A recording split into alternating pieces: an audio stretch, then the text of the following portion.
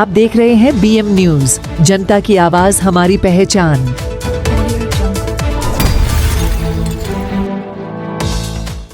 Barrack number 6-7 काढून घ्या ना सर याचा. समोर वरतून एक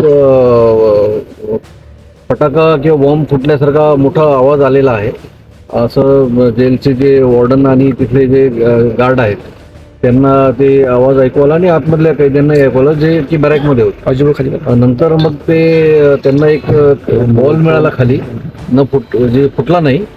त्याच्यावरून आम्ही पोलीस स्टेशनला कळवल्यानंतर आम्ही सर्व इथे तात्काळ पोहोचलो. सर्व टीम पोहोचली, BDDS ची टीम पण पोहोचलेली होती आणि नंतर त्याचा प्राथमिक तपासणी केल्यावर असं लक्षात आलं की एक बॉलच्या स्वरूपातला तो फटाका आहे. फटाका कोणीतरी बाहेरून फेकल्याचा असं एक अंदाज आहे. बाहेरून फेकला आहे कारण तो मागच्या साईडच्या भिंतीवरून आलेला दिसतो.